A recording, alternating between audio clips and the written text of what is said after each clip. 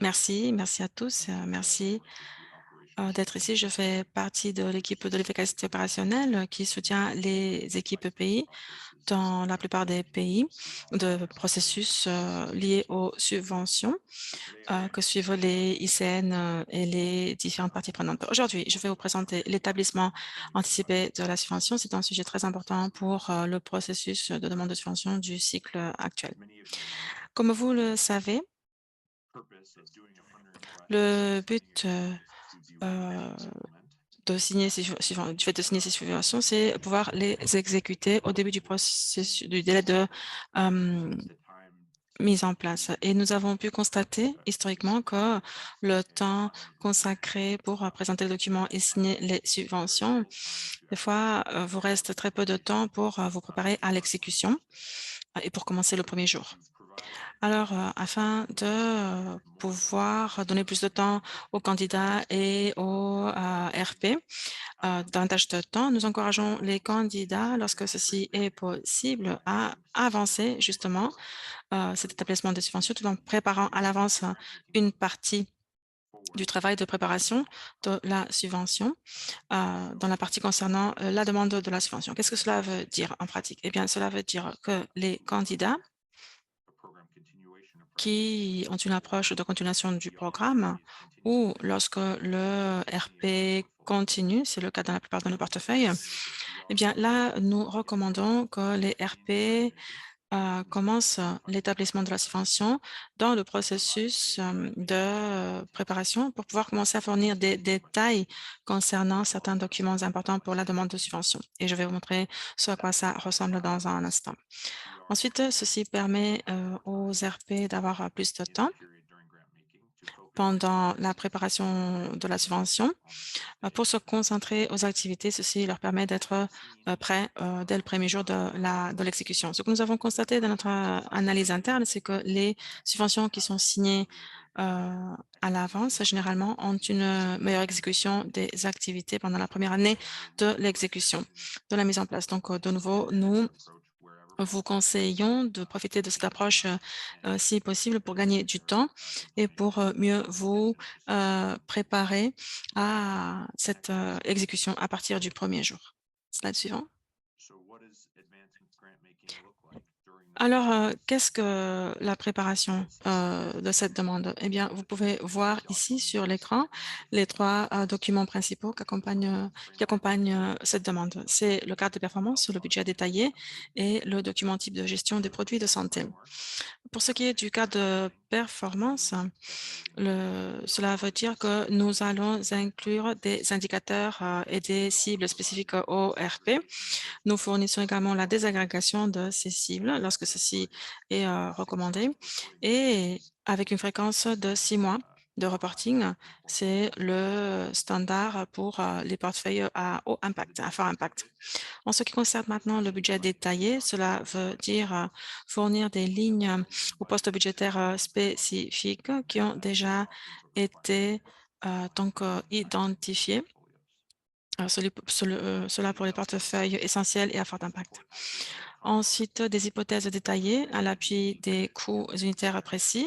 C'est une recommandation que nous vous faisons également, le fait d'inclure ces hypothèses, donc avoir le savoir-faire et les connaissances historiques des RP est très utile, surtout quand ils ont déjà travaillé lors du cycle précédent. Et puis aussi les budgets réservés pour les sous-récipiendaires. Qu'est-ce que nous voulons dire par là? Eh bien, même si les sous-récipiendaires n'ont pas été identifiés encore, ben, il est utile de grouper le devis en fonction de ce que vous prévoyez. Ceci nous aide à avancer dans les conversations autour des subventions.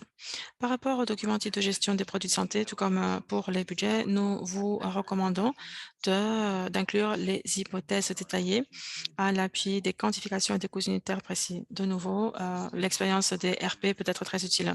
Dans ce cas, ce que nous avons constaté dans les portefeuilles qui ont pris cette approche dans le passé, c'est que elles peuvent vraiment gagner jusqu'à 30 jours pour préparer la mise en œuvre. Alors, de nouveau, pour résumer, lorsque ceci est possible et en particulier si vous avez été choisi pour une approche de continuation de programme ou si l'RP continue, nous vous encourageons à ce que les RP participent à la préparation de ce document pour pouvoir fournir ce niveau d'information à la phase déjà de préparation et de demande de la subvention. Ceci va nous permettre de gagner du temps plus tard et cela veut dire que les subventions pourront être exécutées dès le premier jour de la période de mise en place et d'exécution. Merci et je rends la parole à Nicole. Merci. Merci, Colline. Nous passons maintenant à la diapositive suivante. Maintenant, nous allons voir le cadre de performance. Et voilà, je passe la parole à Béatrice qui va faire cette présentation. Merci, Nicole. Bienvenue à tous. Je suis Béatrice Thomé.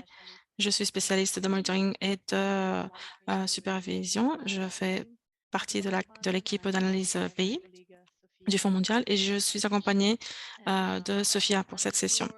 Je suis sûre que la plupart d'entre vous connaissez déjà le cadre de performance, mais si jamais nous avons de nouveaux RP, de nouveaux collègues qui travaillent chez des RP existants, il nous a semblé utile de pouvoir faire ce survol du cadre de performance d'abord et ensuite nous allons rentrer dans les détails concernant ce qui a changé pour le prochain cycle de financement. Alors, qu'est-ce que le cadre de performance? Il s'agit vraiment d'un énoncé de la performance attendue durant la période faisant l'objet de la demande de financement et il doit refléter le degré d'ambition au regard de la réalisation des résultats et de l'impact du programme. C'est pourquoi il est vraiment très important que ce cadre de performance soit aligné avec les plans nationaux. Et nous allons en parler plus tard. Alors, pour résumer, le cadre de performance, qui est seulement un fichier Excel, doit relier les buts et objectifs du programme aux modules du programme et aux interventions et aux indicateurs associés. Ceci est organisé par interventions spécifiques et leurs indicateurs correspondants. Alors, vous avez ce document guide qui énumère les modules, les interventions et les indicateurs. Et c'est le document qui va soutenir le développement du cadre de performance et du budget détaillé que nous allons voir tout de suite après dans cette session. Alors, il se concentre sur les indicateurs d'impact, de résultats et de couverture. Nous n'avons rien au niveau des entrants, comme dans le cadre de performance. Il contient également des cibles qui servent de cadre au rapport des résultats par le pays. De nouveau, ceci doit correspondre aux plans stratégiques nationaux pour les 3 maladies. En plus, également, les indicateurs. À part les indicateurs, le cadre de performance inclut également ce que nous appelons les mesures de suivi du plan de travail et ceci doit être utile pour faire le suivi d'autres activités additionnelles de la subvention. Et dans les cycles précédents, ceci a été vraiment utile pour nous aider à mesurer l'exécution des activités dans le cadre des subventions, mais avec le temps, nous voyons qu'on peut les utiliser également pour des activités plus spécifiques à chacune des maladies, surtout quand il n'y a pas suffisamment d'indicateurs de couverture pour que nous puissions superviser l'évolution des activités. Et ces mesures de suivi du plan de travail auront également leur propre page dans le fichier de suivi. Alors, il y a plusieurs phases pendant le cycle, mais généralement, il y a la phase de demande de la subvention et là, on doit fournir donc les matériaux avec la demande de subvention et après, ceci est parfait et passé en revue et modifié tout le long du processus. Il sert également, le cas de performance, à l'évaluation de la performance de la subvention et ceci est clé pour les récipiendaires principaux et pour les indicateurs, les KPI également. Et bien sûr, à côté d'autres sources d'informations qui résultent d'autres partenaires comme l'OMS, entre autres. Mais voilà, pour que vous soyez conscients et que vous sachiez que beaucoup des KPI résultent aussi de certains résultats programmatiques. Alors, les résultats au regard des cibles du cadre de performance comptent parmi les critères déterminant les décaissements au récipiendaire principal pendant la mise en œuvre de la subvention. Ceci est donc un document clé qui concerne aussi les RP. Diapositive suivante. Alors, que contient ce cadre de performance? Eh bien, il contient les buts et les objectifs du programme pour afin de pouvoir atteindre les objectifs nationaux pendant toute la durée. Il y a aussi une liste de modules pour lesquels un financement est demandé. Donc, ceci est vraiment lié au financement qui est demandé en fonction du budget détaillé. C'est pourquoi l'orientation des deux documents est la même. De nouveau, c'est le cadre des modules. Le cadre de performance inclut également les indicateurs d'impact de résultats de couverture avec les données de référence et les cibles et les dates limites auxquelles les indicateurs d'impact doivent être communiqués également. Ils incluent également la zone géographique hum, pour communication des indicateurs de couverture de résultats. Et ceci peut être national ou international ou infranational. Ceci doit être précisé dans les commentaires du fichier Excel. Il faut également inclure la ventilation. Il y a eu certains changements par rapport à la ventilation dans ce nouveau cycle de financement. Certains ont été éliminés, d'autres ont été rajoutés pour répondre à la nouvelle stratégie du Fonds mondial. Donc, en général, ces ventilations seront ensuite communiquées tous les ans, une fois par an. Et il y a aussi des données de référence pour les catégories de ventilation. Ensuite, il y a les cibles cumulées, une colonne pour les cibles cumulées. Là, vous pourrez choisir comment les cibles seront agrégées pour les décisions annuelles de financement, en particulier pour les portefeuilles à fort impact qui communiquent tous les 6 mois les résultats. Généralement, cette option de cumulation, parce qu'on a cette option de cible cumulée et d'autres choix, eh ben, ceci sera annualisé pour ce qui est des résultats pour la subvention.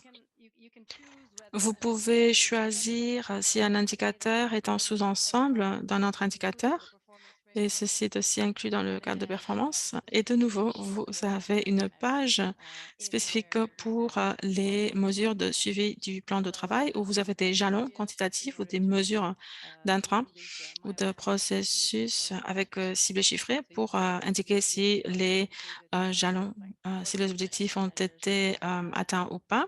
Donc, vous avez cet onglet également dans le cadre et ceci sera utilisé également pour l'évaluation de la performance de la subvention. Slide suivant.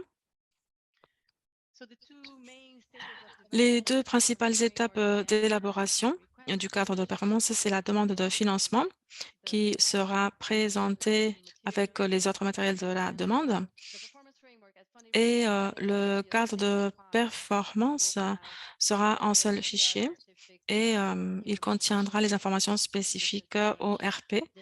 Ça, c'est la principale différence parce qu'ensuite, nous avons la phase d'établissement de la subvention et là, nous avons des fichiers distincts pour chaque RP et ceci est affiné sur la base d'un budget détaillé qui a été préparé avec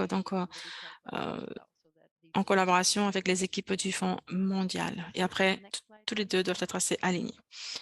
Slide suivant. Alors maintenant, quoi de neuf pour ce nouveau cycle de financement en ce qui concerne le formulaire du cadre de performance? Eh bien, nous sommes ravis de dire que nous avons pu apporter certaines améliorations, du moins nous l'espérons, à la lumière des commentaires reçus ces dernières années. Mais nous voulons vous rassurer qu'il n'y a pas de changement structurel en ce qui concerne la forme, mais plutôt on a décidé de mettre en place certains changements pour faciliter un petit peu votre travail. Il y a eu des couleurs qui ont changé parce que c'est des fichiers vraiment grands, riches. Des fois, il est difficile de les lire. Donc maintenant, les couleurs, nous pensons, facilitent un peu la lecture. Ensuite, nous avons rajouté des alertes d'erreurs pour prévenir les usagers des éventuelles erreurs. Nous avons un slide pour vous montrer comment ceci fonctionnera. Mais ces alertes ont été rajoutées aux indicateurs d'impact de résultats de couverture. Ensuite, il y a aussi des colonnes d'indicateurs inverses pour les indicateurs de couverture standard et personnalisés. Elles sont pré-peuplées par rapport à ce type d'indicateur, mais il y a d'autres indicateurs que vous devez rajouter manuellement. Mais pour les standards, ils seront déjà pré-peuplés. Ensuite, il y avait une différence aussi en ce qui concerne la version imprimée. Donc, la vision d'impression maintenant est divisée en 5 avec le résultat, toute la couverture de résumé, de but, d'impact, objectif et résultat, couverture, ainsi que mesures de suivi du plan de travail. Un autre changement important, c'est que la colonne de population a été supprimée de la vision générale et donc elle a été supprimée du sommaire des indicateurs de couverture des mesures de suivi du plan de travail. Cela, c'est parce que certaines populations ont été rajoutées dans d'autres interventions spécifiques. Donc maintenant, le menu déployant aura ces informations plutôt que d'aller dans les colonnes de population. Nous espérons que c'est utile pour vous, ça aussi. Et puis, il y a un nouvel onglet pour indiquer les hypothèses qui sous-tendent les cibles. Voilà, ceci résulte aussi de vos commentaires. Slide suivant. Oui, quelques points à retenir. Bien, le principal point ici à retenir, c'est que si le candidat ORP modifie le document type, si quelqu'un l'utilise, si quelqu'un rajoute des informations sur le fichier Excel, eh ben, le fichier ne pourra pas être importé. Cela veut dire que le candidat devra télécharger un nouveau formulaire et saisir de nouveau toutes les informations. Donc, voilà les choses que vous devez faire et ne pas faire par rapport à ce fichier. Tout d'abord, éviter de désactiver la protection du mot de passe.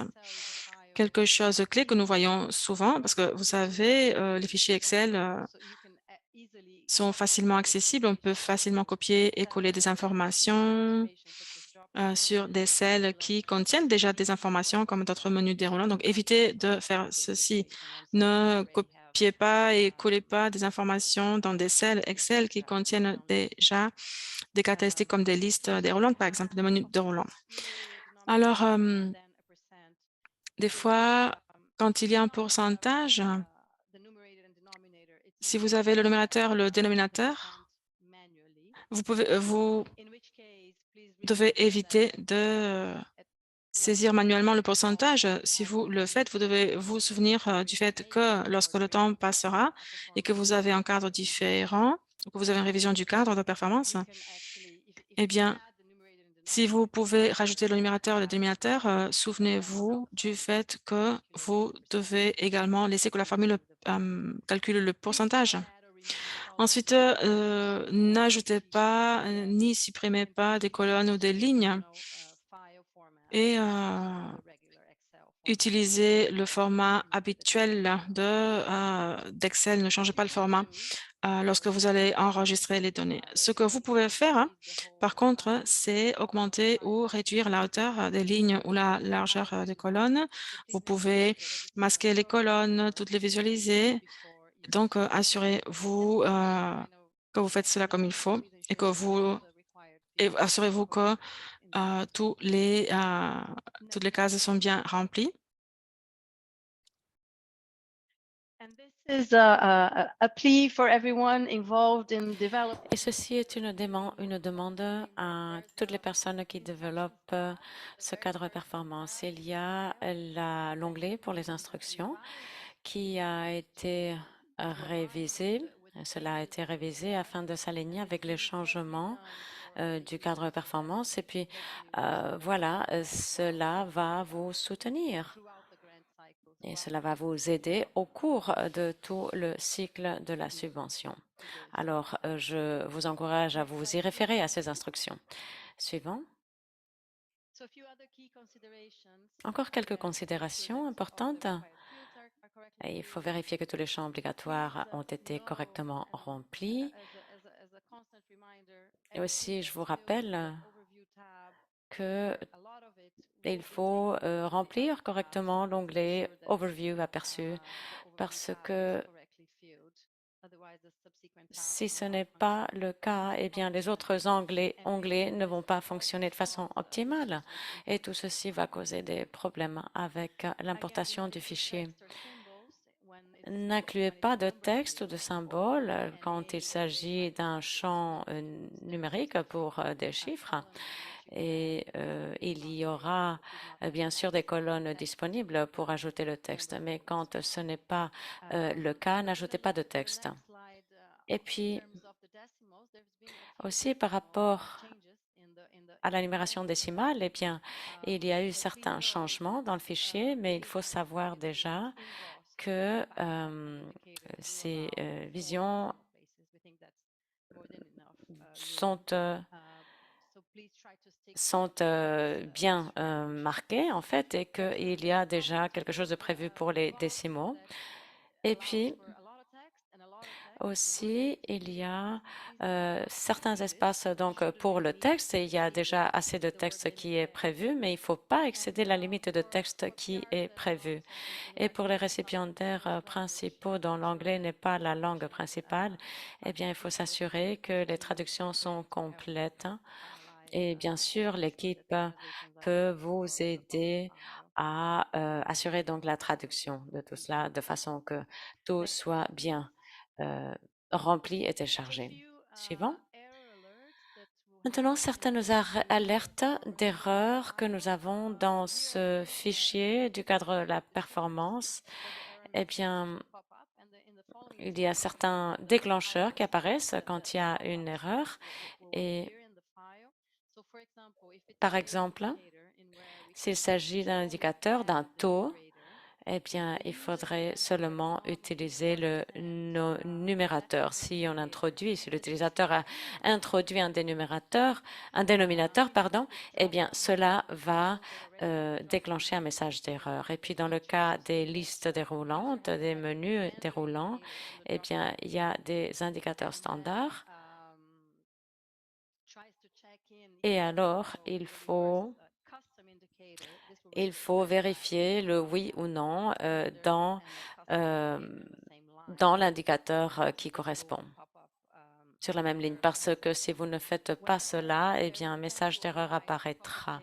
Et quand il y a une tentative de faire du copier-coller ou d'écraser le texte, eh bien aussi, le message d'erreur peut apparaître.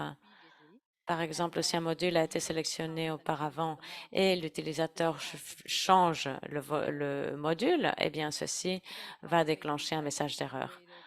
Et donc, le copier-coller, le numérateur, et s'il y a une tentative de faire du copier-coller d'un indicateur d'impact qui n'existe pas, eh bien, ou d'un module inexistant, eh bien, un message d'erreur apparaîtra. On verra aussi d'autres messages d'erreur dans une autre diapositive. Et puis maintenant, quelques indications par rapport au décimal et à l'arrondissement. Dans Excel, les paramètres par défaut vont apparaître et c'est tel que cela est décrit à gauche, c'est-à-dire que pour l'impact, pour les résultats, pour la couverture, eh bien, les numérateurs vont jusqu'aux 4 décimales. Pour la couverture, les numérateurs, dénominateurs et les cibles et la référence n'auront pas de décimales et normalement, on parlera de personnes, de services, etc. par rapport à cette couverture. Mais c'est vrai que pour les pourcentages, la cible et la référence vont permettre 2 décimales.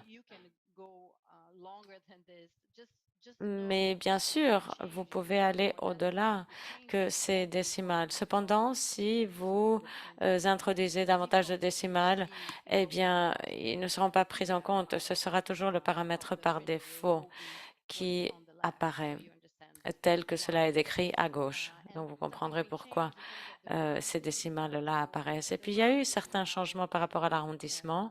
L'arrondissement sera désormais à la hausse pour le décimal le plus proche, par exemple, 35,5, pardon, 32,5, ce sera désormais 33, donc un arrondissement à la hausse. Et vous le verrez dans le GOS. Vous pouvez garder cette diapositive comme référence afin de pouvoir savoir quels sont les paramètres par défaut. Suivante. Là, je vous donne une capture d'écran des messages d'erreur pour que vous voyez un petit peu à quoi ça ressemble. Et là, ici, nous avons rajouté un indicateur de couverture. Je ne sais pas si on peut cliquer. Oui, il y a certaines animations, oui.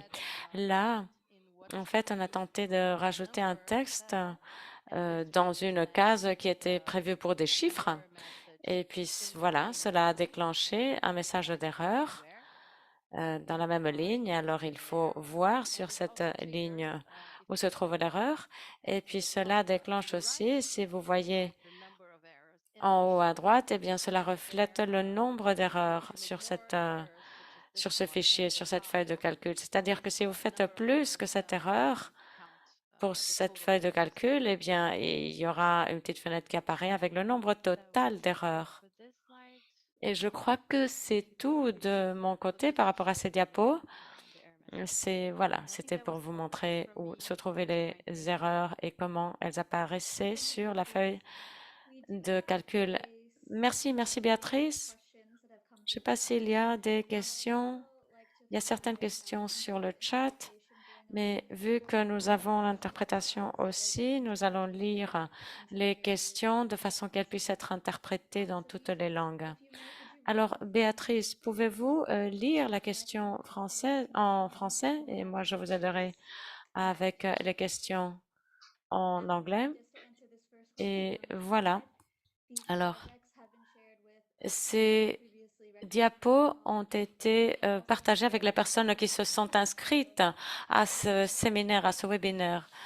Mais bien sûr, on vous a envoyé aussi un lien par le chat afin que vous puissiez accéder à ces diapositives en anglais, français, espagnol. Alors, je lis la question en français. C'est bien cela? Oui.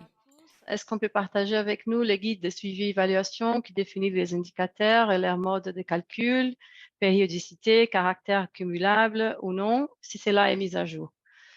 And I'll respond in English, correct? Ah oui, Et je réponds en anglais. Oui. Alors, oui, le nouveau cadre modulaire est désormais disponible sur le site web du Fonds mondial. Et dans ce cadre modulaire, vous n'avez pas tous les détails que vous avez fait apparaître ici. Tout ceci apparaîtra dans la feuille d'orientation et d'indication qui sera révisée, qui sera traduite en français et en espagnol aussi pour ce nouveau cycle. Voilà, ceci a été ajouté en fait après votre demande et après votre retour d'information. Donc tout ceci sera encore disponible pour tous. Mais le cadre modulaire avec la liste finale des indicateurs est désormais disponible. Merci. Troisième question de Faustine. Quand devrions-nous recevoir ces modèles? Par rapport à la feuille d'orientation ou par rapport au récipiendaire? Eh bien, je ne sais pas quel est le processus pour partager tout le matériel de la demande avec les récipiendaires principaux. David, peut-être que vous êtes mieux placé pour répondre. Oui, merci. Oui, je suis David Nash Mendez et je travaille dans l'accès au département financier du Fonds mondial. Le cadre de performance et les modèles de budget sont générés pour chaque pays et cela sera disponible pour chaque équipe du pays parce qu'ils sont personnalisés. Merci. Merci. Question suivante. Cela porte sur le budget, en fait. Pourrions-nous obtenir les guides pour le cadre du budget comme par le passé? I think we'll still have a session that just following this one now. Eh bien, oui, il y a justement tout de suite la session sur le budget. Et là, il y aura les guides, en fait, et beaucoup de ces guides sont alignés avec le cadre modulaire. Mais je vais laisser que mes collègues se réfèrent au budget, en fait. Ce sera le sujet abordé tout de suite après les questions. industrielle. So this is on the accumulation type. So again, for the Eh bien, oui, ceci porte sur l'accumulation et chaque indicateur a un type de cumulation prédéfini ou quelques types de cumulation définis à choisir. Et le choix du type de cumulation dépend de l'élaboration du programme. C'est-à-dire que pour certains indicateurs, il y a seulement un type de cumulation. Cependant, pour d'autres indicateurs, il y en a d'autres. Et la raison de cela, c'est que nous savons que les pays vont établir des programmes de façon différente et c'est pour cela qu'il y a des types de cumulation différents. Et l'importance, c'est que, enfin, l'important, c'est que voilà, le récipiendaire veut voir les résultats agrégés de façon annuelle. C'est-à-dire pour les pays qui rapportent une fois par an seulement, eh bien cela n'aura pas tellement d'importance parce que nous allons tout simplement nous référer aux résultats vers la fin de l'année qui apparaissent dans le rapport. Mais pour les pays qui rapportent tous les 6 mois, 2 fois par an, eh bien oui, dès qu'il y a un PF accordé, eh bien la désagrégation sera la même au cours du cycle de la subvention. Et en fait, l'idée qu'il y a derrière tout cela, derrière ce type de cumulation, c'est comment agréger les résultats. Par exemple, est-ce qu'on utilise le même dénominateur? Parce que s'il y a des personnes qui reçoivent des services et ce groupe de personnes reste le même, eh bien, voilà, ça marchera. Ça dépend vraiment de comment le programme est établi. Et ça varie suivant les portefeuilles et suivant les pays s'y rapportent une fois par an ou 2 fois par an. Très bien, question suivante.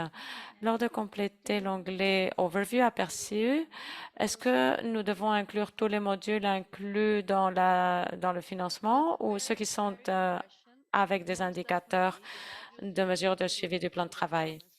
Eh bien, c'est une très bonne question. Normalement, ces modules vont correspondre en fait aux modules pour lesquels la demande de financement a été faite et correspondent en fait absolument parce que l'idée c'est d'inclure des mesures et d'aller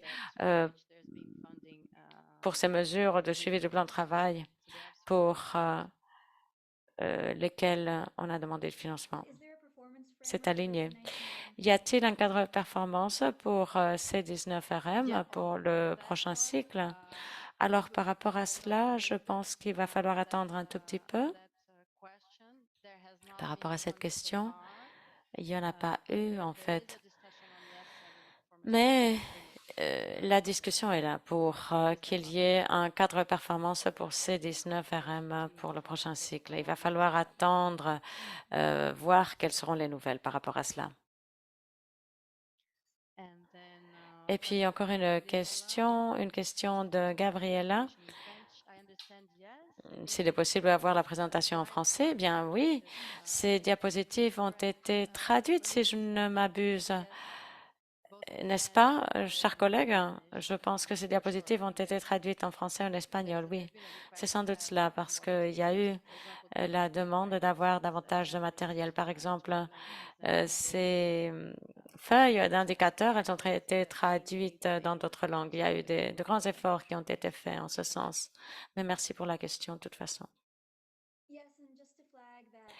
Et simplement, je voulais dire que toutes les ressources de ces sessions d'information, toutes ces diapos, tous les enregistrements seront disponibles aussi sur eLearn et ce sera disponible en anglais, français, espagnol. On peut vous envoyer le lien à nouveau. Et je pense qu'il y a une 10e question. Oui, allez-y. Y aura-t-il de nouvelles feuilles d'indicateurs? Oui, elles sont en train d'être terminées en fait en ce moment parce qu'il y a eu des changements dans le cadre modulaire, en particulier par rapport aux indicateurs des SRPS et d'autres indicateurs ont été ajoutés. Et puis, bien sûr, il va falloir réviser tout cela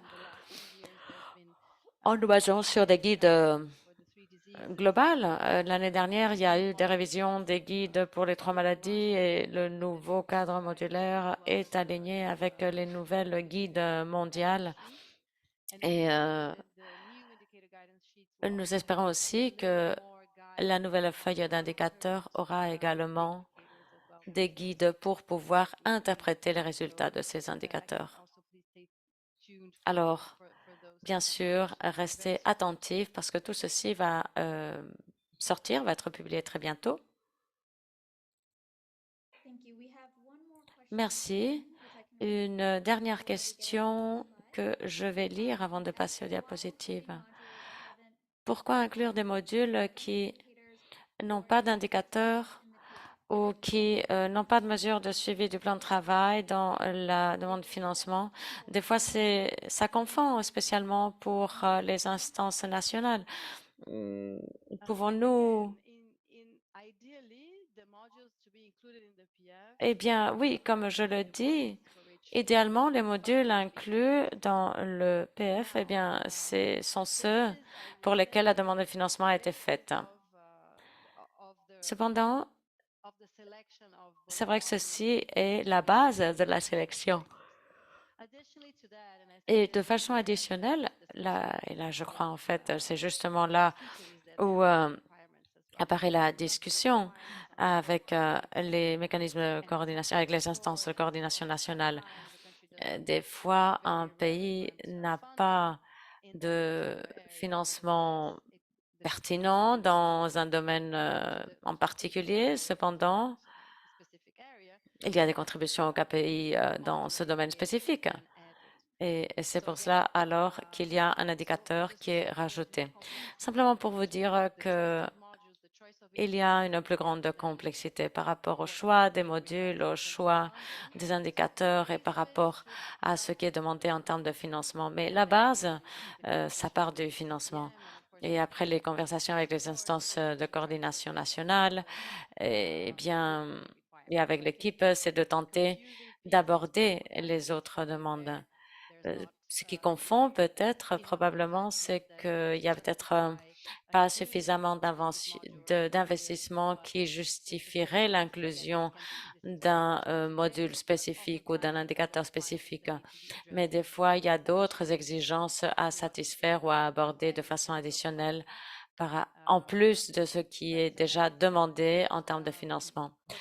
Cependant, cela dit, pour le nouveau cycle de financement, les différentes équipes du Fonds mondial travaillent sur des guides plus spécifiques à l'interne et aussi par rapport aux récipiendaires principaux. C'est vraiment, alors il faut rester attentif parce que tout est en cours de discussion en ce moment.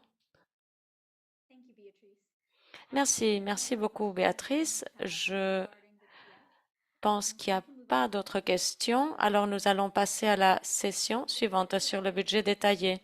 Mais s'il y a d'autres questions, bien sûr, sur le cadre de performance, vous pouvez encore les poser sur le chat et on va les recueillir également.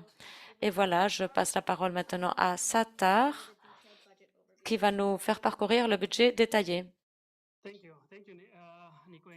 Good morning, good afternoon, and good evening, everyone. Merci, Nico et collègues. Bonjour, je suis Sattar. Je suis spécialiste principal aux finances et je vais présenter le survol du budget détaillé. Essentiellement, nous n'avons pas fait de grands changements en ce qui concerne la structure et le contenu. Il y a seulement 5 domaines où nous avons fait des changements et nous allons les passer en revue maintenant. Nous avons préparé un document de clarification. Nous l'avons également préparé pour le cycle précédent. Alors, nous allons nous concentrer sur ces principaux changements. Si vous avez besoin d'autres détails, vous pouvez consulter le site web du Fonds mondial où il y a d'autres détails à votre disposition. Et si vous avez des questions, vous pouvez y trouver également les réponses. Alors, lorsque nous parlons des changements par rapport à la dernière version, le principal changement que nous avons fait par rapport à ce document type, c'est la fréquence. du budget. Dans le passé, il était basé sur des trimestres, mais à partir de maintenant et dans le document type, vous allez voir que nous sommes passés à une base annuelle. Donc, le budget ne sera plus basé sur les trimestres, mais maintenant, nous allons travailler par semestre et nous allons semblé comprendre. Le deuxième changement principal que nous avons fait dans ce document type, nous avons détaillé le onglet du budget détaillé en deux. Nous avons maintenant un onglet pour le budget détaillé et l'autre pour les produits non médicaux. Et ceci comprend les groupes de coûts, sauf le cas de le 5, le 6 et le 7. Mais après, il y a d'autres conditions. Ceci est applicable seulement si l'exécutant n'exige pas de DGEPS. Et pour cela, vous pourrez trouver toutes les informations dans notre outil. Le troisième changement principal que nous avons fait, c'est la standardisation des hypothèses budgétaires. Vous avez peut-être vu ceci dans le passé.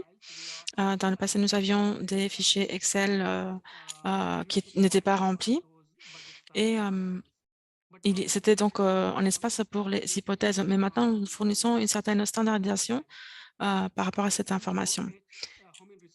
En particulier pour les assumptions RH et les assumptions et les hypothèses TRC concernant donc les coûts de déplacement, vous allez les trouver donc sous forme d'hypothèses. Et pour votre information, même s'il s'agit d'un tableau très standardisé que vous pouvez utiliser pour les hypothèses du budget, c'est donc des données éditables et vous pouvez parler avec vos spécialistes des finances et vous pouvez modifier ces données standardisées. Vous pouvez les adapter à vos conditions. D'accord? C'est des documents éditables. Maintenant, le quatrième changement important que nous avons réalisé concernant le dernier document type, c'est la mise à jour et la standardisation des données de référence. Ceci est basé sur la discussion pour le cadre de référence. Nous avons mis à jour à certaines données. En plus, vous allez voir qu'il y a d'autres actualisations concernant d'autres types de données. Ceci est basé, par exemple, l'identité chargée de la mise en œuvre. Là, nous fournissons des informations standardisées également. Et voilà, vous allez voir que les informations ont été actualisées. Type de tiers fournisseurs, là aussi, nous avons standardisé certaines informations sur l'exigence de paiement en ligne avec les conditions exigées par le Fonds mondial, tout comme pour les dimensions zones géographiques et origine des fonds. Là aussi, vous allez voir des changements. Il y avait dans le passé une dimension appelée géographie et localisation. Donc, cette fois-ci, nous avons appelé ceci dimension zone géographique et maintenant, c'est obligatoire au niveau communautaire. Ensuite, nous avons origine des fonds. Dans le passé, nous avions différents types de sources. Maintenant, vous allez voir seulement le financement approuvé et en plus, vous allez voir une autre option et nous allons vous donner davantage d'informations sur comment et quand vous allez utiliser ces options.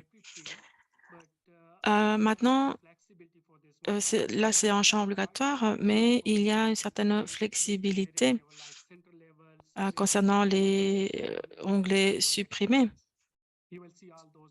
Vous allez voir tout ceci dans le document. À part tous ces changements que je viens de mentionner, nous avons éliminé le onglet population parce que il n'est plus nécessaire parce que ceci est intégré dans les interventions et dans le module. Donc, le onglet de population a été éliminé de ce document type.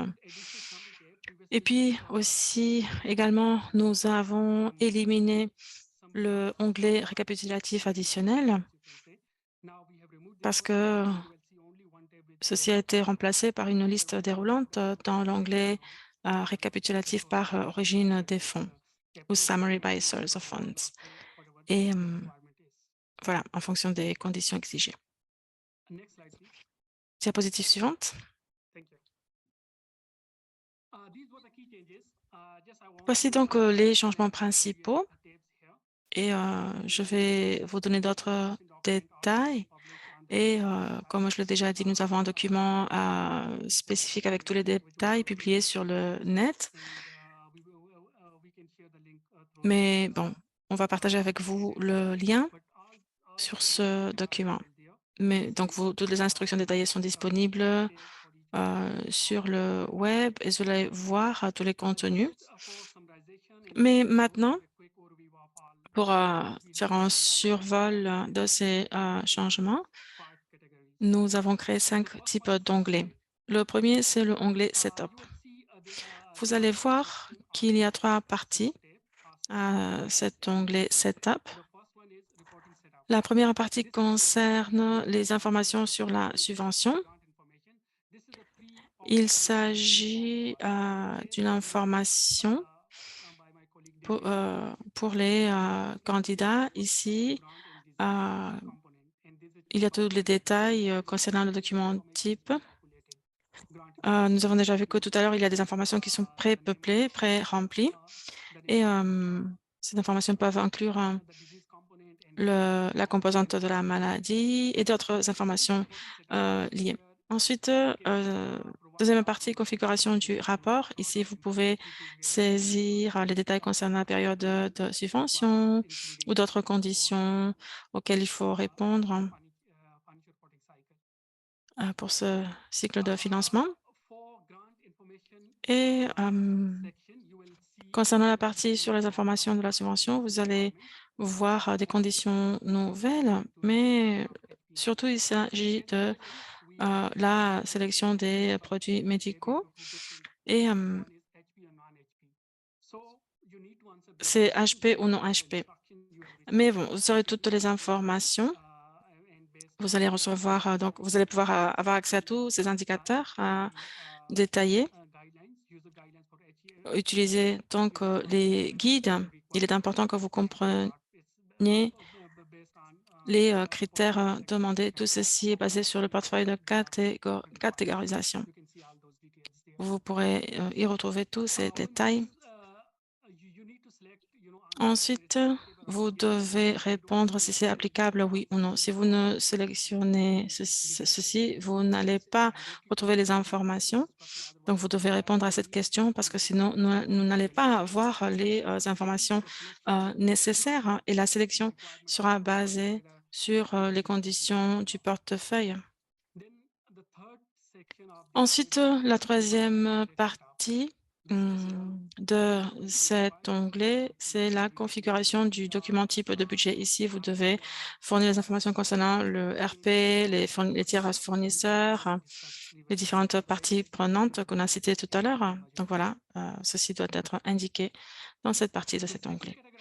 La deuxième catégorisation, en ce qui concerne ces onglets, c'est les onglets détaillés sur le budget. Nous avons le budget détaillé HP et le budget détaillé non HP. Ceci est basé sur le type d'onglet ou la catégorisation. Si le HP est applicable, dans ce cas, nous allons fournir des budgets seulement pour les catégories 1, 2, 3. Nous n'allons pas fournir des budgets pour le 4, 5, 6. Et ceci, c'est-à-dire nous avons créé le même onglet Et ici, l'usager va saisir les données, tout sera consolidé dans un seul onglet. À la fin, l'usager devra copier-coller les informations dans notre onglet. Donc, dans l'onglet HP, budget détaillé, vous ne pouvez pas, enfin, il sera disponible seulement pour le copier et coller. Et pour cette fonctionnalité, vous avez des instructions détaillées dans le document d'instruction pour les HP, pour le document type, pour le budget détaillé. La troisième catégorie, c'est les onglets d'assumption d'hypothèses. Dans le passé, nous avions différents onglets pour les différentes hypothèses. Maintenant, pour les ressources humaines et les coûts de déplacement, vous allez voir des tableaux pré-populés avec des informations pré-remplies et ces informations sont alignées avec ce que nous demandons dans les autres documents types. Vous allez voir que c'est un document bien structuré et vous allez bien voir que ces tableaux peuvent être copiés et collés si l'usager a besoin d'utiliser ces différents onglets. Ce qui est important, c'est que nous devons aligner ces hypothèses, ces assumptions avec l'onglet du budget détaillé. Vous allez voir que nous avons plusieurs différentes parties. Et voilà, c'est la base à partir de laquelle nous avons conçu ces onglets pour les assumptions, les hypothèses. À part les RH et les coûts de déplacement, vous allez voir qu'il y a d'autres feuilles où vous pouvez saisir d'autres hypothèses de budget en fonction de vos différentes catégories de coûts. La quatrième catégorie, c'est les onglets Summary, résumé. Ils sont divisés en 4 parties. Le premier, c'est le budget Summary par module, groupe de coûts et maître d'œuvre. Lorsque vous regardez cet onglet, vous allez voir un menu déroulant qui va, enfin, vous pouvez voir le total. Vous voulez voir seulement les données concernant les ressources humaines ou les coûts de déplacement. La deuxième partie, c'est le résumé par intervention. Là, vous avez donc le récapitulatif par intervention. Le troisième, c'est le résumé par entrée de coût.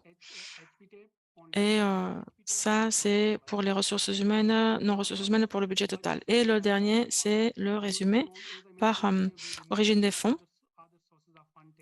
Ici, comme nous l'avons déjà dit, nous avons un seul onglet avec toutes les origines des fonds possibles. C'est là que vous allez trouver tous ces détails.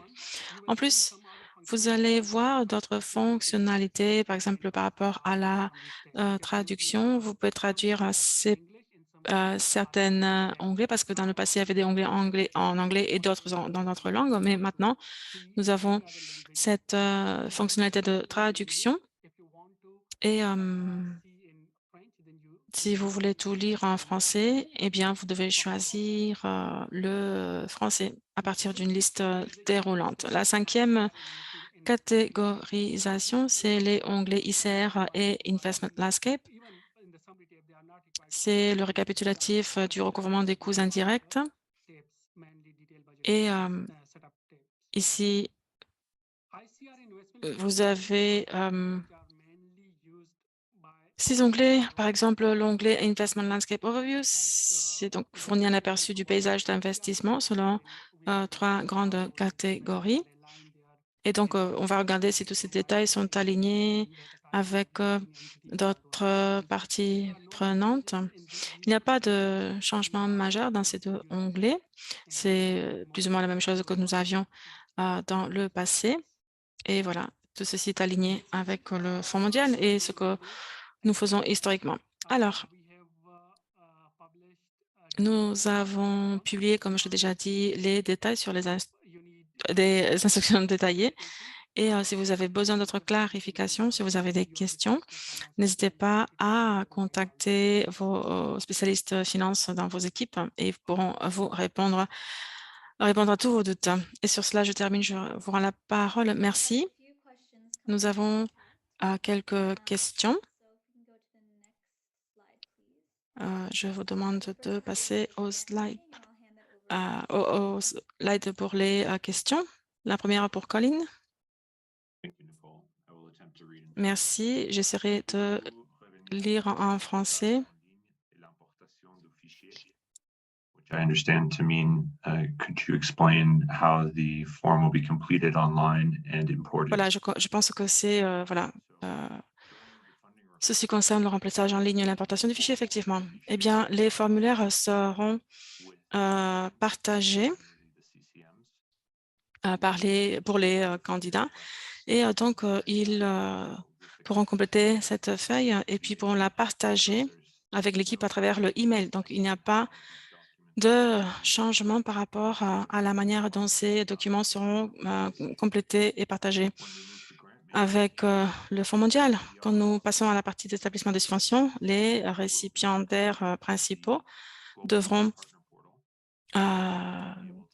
consulter le portail et là, ils pourront avoir accès aux versions d'établissement de subventions, les compléter en ligne et la version finale sera partagée à travers ce portail. Avec les partenaires, nous allons organiser une autre session vers la mi-mars sur l'établissement des subventions. Donc voilà, vous allez recevoir une invitation et là, nous allons passer en revue tout ce processus en plus grand détail. Merci. Merci, Colin. Pour la question numéro 13, nous allons vérifier parce que apparemment la personne reçoit un message d'erreur. Donc, on va voir ça avec vous. Nous passons à la question suivante. Pouvez-vous projeter le document type pour le budget? Rika, sorry, can you please repeat this question? Pouvez-vous répéter la question, s'il vous Sorry, plaît? Je ne comprends pas l'espagnol. Oui, cette personne demande si vous pouvez afficher de nouveau le document type. Non, ça c'est une introduction. Seulement, comme j'ai déjà dit, il n'y a pas vraiment de grands changements. Là, je ne l'ai pas sur mon ordinateur, mais si vous avez des questions, vous pouvez contacter votre spécialiste finance de votre équipe parce que je n'ai pas ce document sur mon ordinateur. Pouvez-vous confirmer quand est-ce que les recommandations seront disponibles?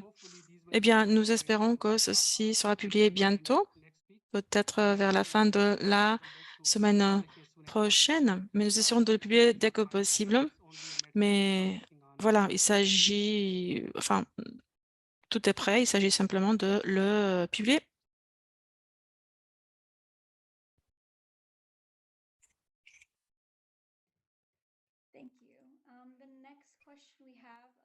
La question suivante du chat, je vais la traduire. Elle concerne le taux d'échange utilisé.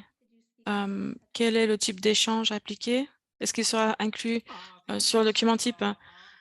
Oui, merci. Je pense que si vous regardez ce document, vous allez voir tous les détails en fait. Dans le passé, lorsque vous receviez le document type, il était déjà pré-peuplé. Cette fois-ci, ce n'est pas pré-rempli et vous pouvez voir que c'est vide et votre spécialiste pays vous donnera les informations concernant le type d'échange, le taux d'échange. Généralement, nous avons voilà, des suggestions que vous pouvez utiliser, mais si vous devez utiliser d'autres taux d'échange plus appropriés dans votre situation, dans votre contexte, vous pouvez en parler avec votre spécialiste finance et ils pourront vous expliquer si vous pouvez, enfin, quelles sont les possibilités concernant les taux d'échange, mais tout ceci est bien expliqué dans les documents d'instruction. Et cette autre question concernant le budget, de nouveau, est-ce que nous pouvons obtenir le fichier Excel? Eh bien, Ce budget vous sera envoyé par l'équipe pays. Généralement, il sera envoyé aux ICN pour qu'il soit rempli. Exactement. C'est un point spécifique à chaque pays, à chaque maladie. Oui, essentiellement. Et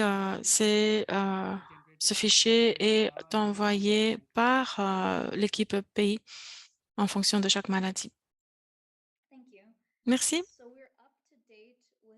Voilà, nous avons répondu à toutes les questions du chat. Nous pouvons peut-être attendre quelques minutes s'il reste encore des questions.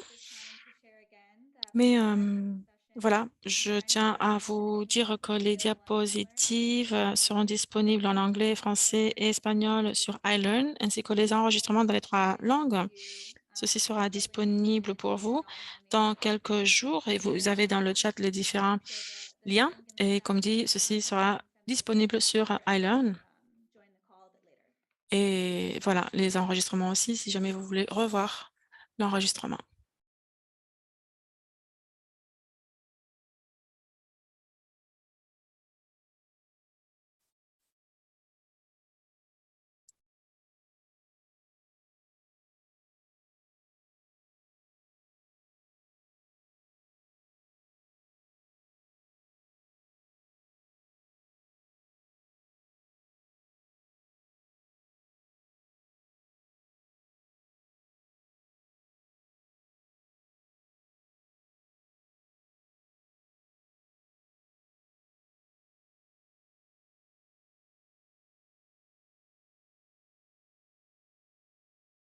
So we have one new question in the chat. Is it possible to submit separate budgets? Nous avons une autre question. Est-il possible d'envoyer des budgets différents pour des RP différents?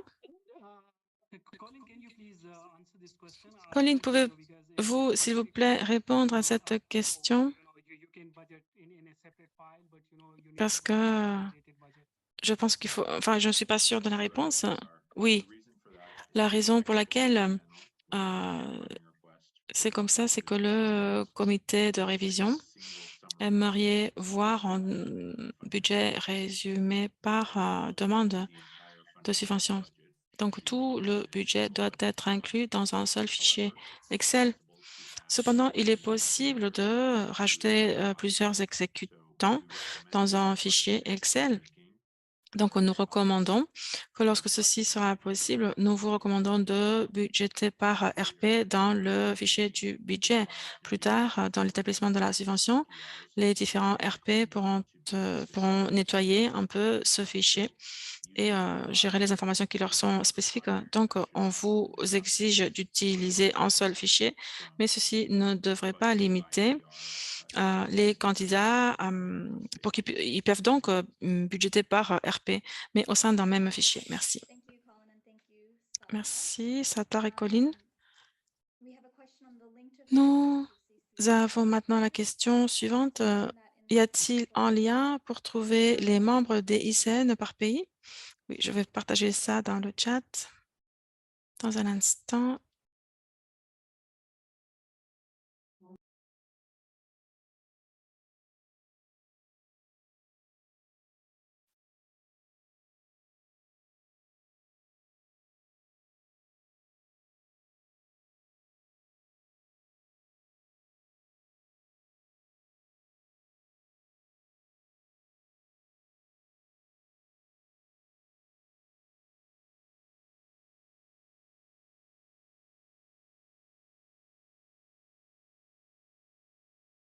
I see David has beat me to it, so thank you, David.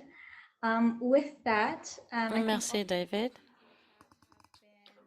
Eh bien, je pense que toutes les questions ont été répondues. En fait, vous trouverez ces ressources sur iLearn et vous verrez davantage par rapport à cette session d'information. Merci, merci beaucoup. Je vous souhaite une très belle journée. Merci.